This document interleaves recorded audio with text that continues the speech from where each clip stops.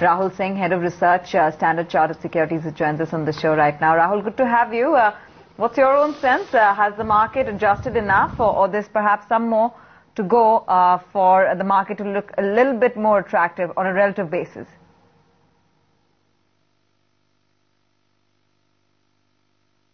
Yeah, hi. Good morning.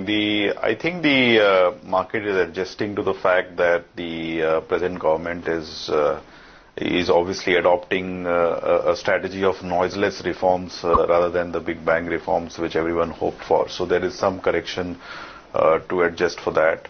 Also, I think global appetite on risk is kind of reduced at this level. So both in combination is leading to this correction, which I think will be a moderate correction. Maybe some more to go from here. Really depends on global mood in the markets as well, rather than just India. So it's difficult to just pinpoint it on India. In terms of the valuations, we are really in a no man's land, not too expensive, not cheap definitely. So therefore the global mood will have a role to play in terms of which way the market goes. And as I said, I think the market's expectation of instant gratification in terms of some of the news flow on reforms has not really been met, whether it's in oil and gas prices, or whether you have for example, even the steps which the government wants to take have been delayed, like the insurance bill and so on. So there has been some moderation on account of that. But on the background, I think we remain convinced that there is a lot of stuff happening towards eventual pickup in the capex cycle, maybe in the 6 months, 12 month time frame. So over the medium term, any correction should be used as a buying opportunity in the cyclicals. Rahul, 2 months into the new regime, some would argue that what is the big idea which so far has come from the new government? Rahul, is my voice reaching you? Well, I think this government was not about idea. Yeah, the voice. Yeah, I can hear you.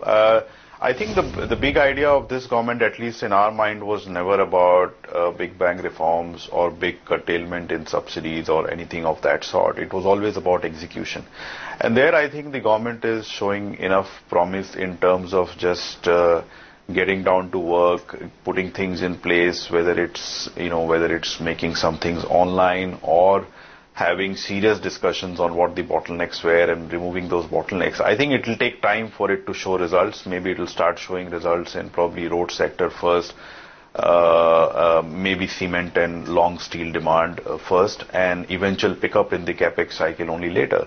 But I don't think this government was. I mean, in my mind at least, we were never counting on big bang reforms. Really, we were just counting on the execution machinery which had stalled to really start again, and that definitely is happening in the background.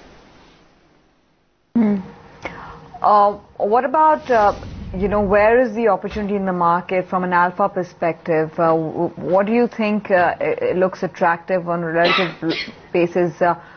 Consumer names which are trading at higher PE multiples but have growth visibility, or some of the underpriced cyclicals, and I'm not talking about the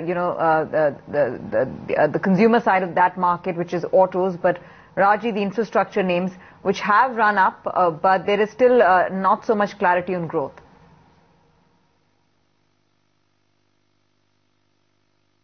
Yeah, I think, as I said, capex cycle pickup will be little back-ended. Some of the infrastructure policies issues are very company-specific. So one will have to go company by company and really take a call on where to back that company and where not to back that company.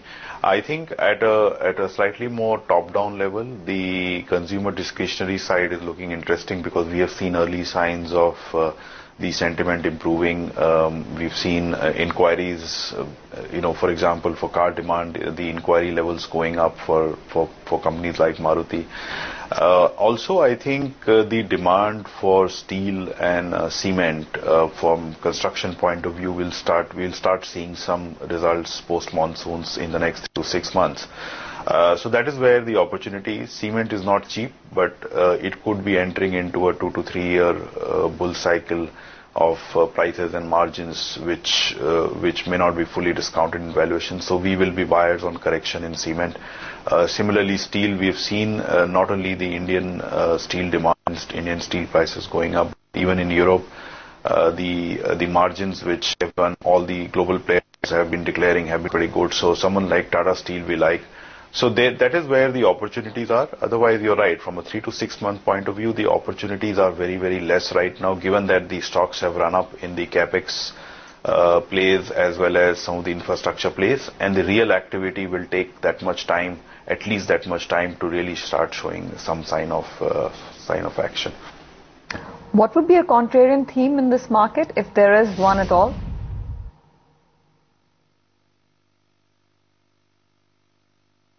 Well, I think debt reduction will be a continuous theme in this market.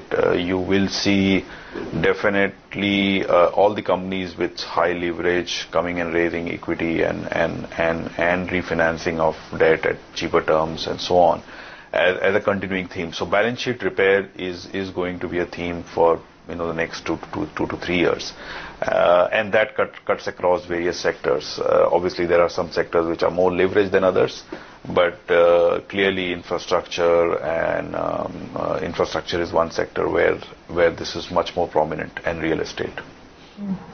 About a month back, oil marketing companies were seen, HPCL, BPCL, IOC were being touted as the big re-rating buys, despite the significant run-up that those stocks had seen from a year-to-date perspective over the last 6 months, purely on account of the under-recoveries coming down substantially given the push on deregulation.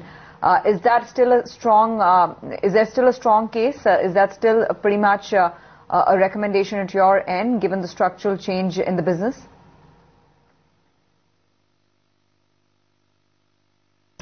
Well, at these valuations, we only like BPCL. The overall valuation, deep valuation gap which was there has corrected. So if you look at the stocks, HPCL, IOC, they are trading at close to 0.9 times price to book. BPCL is trading at 1.25, 1.3 times price to book. Relative to the ROEs, I think BPCL there is still upside. But as I said, I think most of the easy money has been made. Now we are playing for the next 15-20%, and that will come as and when diesel gets deregulated. The earnings keep coming, and the working capital keeps improving in these companies. And from that point of view, we would much rather now be in the best company in the pack, which is BPCL. Okay, Lupin is having another strong session. It's turning out to be a real, purple patch for the pharma, especially for large cap pharma. 1177 for Lupin, Wockhardt, Dr. Reddy, Sun Pharma, all of them are giving Lupin some company. Rahul, Lupin has come out with very impressive set of numbers, 33% operating profit margins. Do you think such a strong run rate from Lupin is here to stay?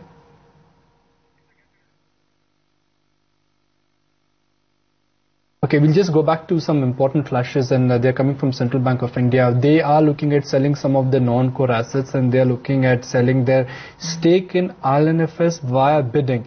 Some of these old PSU banks are sitting on so much of non-core assets. Over the years, these assets have ballooned to be multi-baggers for them. And if they are indeed looking at selling stake in IL&FS, that is going to be a sizable one-time opportunity for Central Bank, which currently is starved of capital. They've just placed some shares to LIC because they need capital to grow. So I think that's the right thing, Tanvir. You're sitting on these non-core assets which make little sense. Market conditions are strong. Might as well sell them and raise capital rather than go to government to really support them financially. Yeah, and I think the government is also pushing for that, right? They've already spoken about it, that, there's equity dilution that needs to be done in terms of equity dilution essentially in their non-core assets that they can tap into to raise money. So they plan to sell the IL&FS stake via competitive bidding process, which would be the order of the game given the valuation of the stake. But I just want to mark Exide as well. There was, I think, a block trade there, so that keeps the stock in focus. About 1 lakh shares exchanged.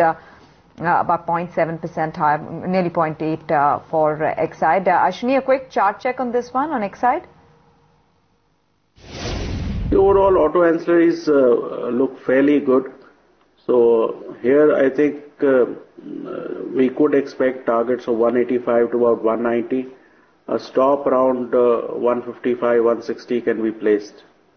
Let's go back to pharma. And Rahul, the trend which I want to discuss with you is large cap pharma. Large cap pharma is going through a springtime right now. Lupin, Dr. Reddy, all of them have come out with good set of numbers. Do you think strength in pharma is here to stay? Do you think earnings will continue to surprise us in coming quarters?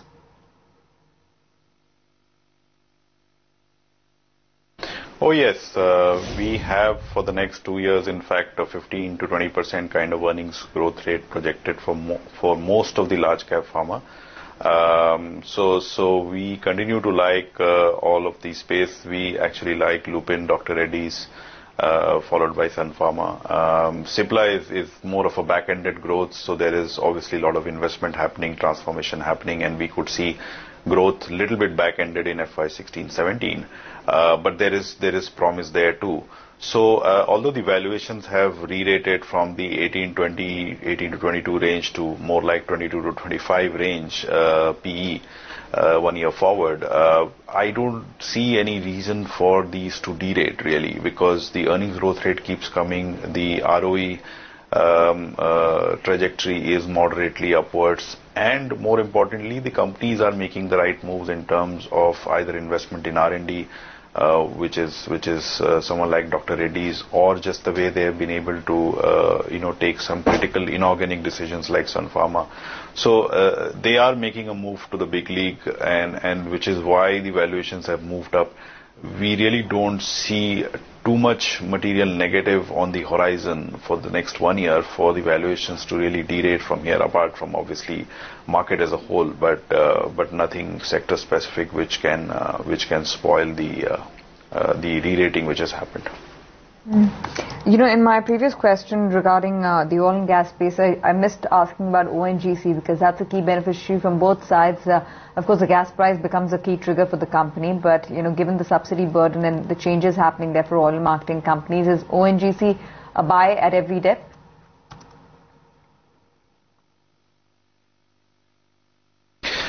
It is now an option on what happens on subsidy sharing, because I think for ONGC a gas price hike of to 6.5, 7 is already in the price. I think what is not in the price at these levels is what the government does on reducing the subsidy burden which ONGC had till last year, and maybe even this quarter. They will report on the basis of $56 per barrel discount.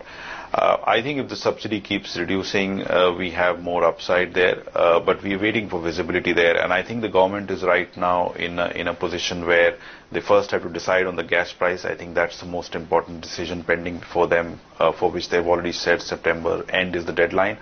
And then comes subsidy sharing formula, which they want to make it more transparent and sustainable. So we'll have to wait and watch. So if you really see, the stock here is at 10 times earnings based on a $6.5, $7 gas price, but no upside from the subsidy sharing. So any dip will make it a good value from buying an option value into the gains which it will get from the subsidy sharing changes. Based on the July sales numbers from the auto pack, are the trades pretty clear? I mean, from four-wheelers, it's Maruti. From the two-wheeler space, you have TVS Motors, which has reacted to a decent set of numbers, and then Bajaj Auto as well, where the numbers have surprised. The export numbers are, of course, showing a 50% growth, but even on the overall numbers, they've done about 13% versus an expectation of 11%.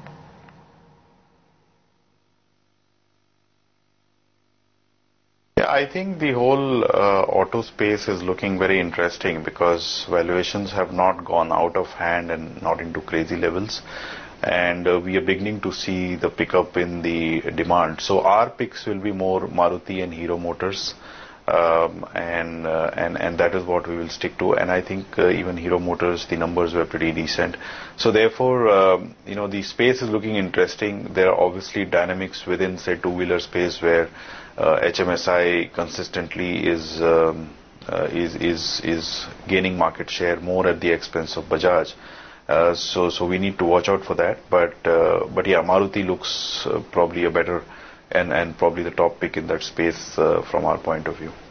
Maruti and Bajaj Auto, they both are also trading at the highest point of the day. So it's not turning out to be the most powerful day for the Nifty, but first it was banks, then it was oil marketing stocks, FMCG stocks are also looking okay, and then auto stocks have also managed to bounce back. So it's the broader market which is looking strong. We don't have any big powerful mover. No Nifty stock is up more than 5-7%. So we don't have a runaway rally in any of the stocks, but strength or the underlying strength is clearly visible. Rahul, exactly a year ago, everyone on the street was worried about Maruti Suzuki's Gujarat plant. Everyone had a sell recommendation on Maruti. Those concerns are still there. How come markets are not acknowledging it?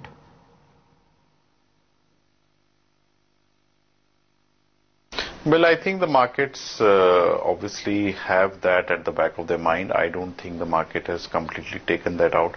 But there were steps which were taken, which I think have at least taken care of that sentiment becoming a huge overhang for the time being. I think the steps being taken and the various consultations which they had with the large holders and the subsequent steps which they took has partly allayed those fears. And as I said, for the time being, and until the time there is nothing adverse happening or any going back on some of those things which were agreed on, it should not become a big issue, especially now that the fundamentals are picking up. So that's where I think the issue rests really, and it's not something which is completely out of the radar or out of the discussions with the investors, but it's definitely taken a back seat.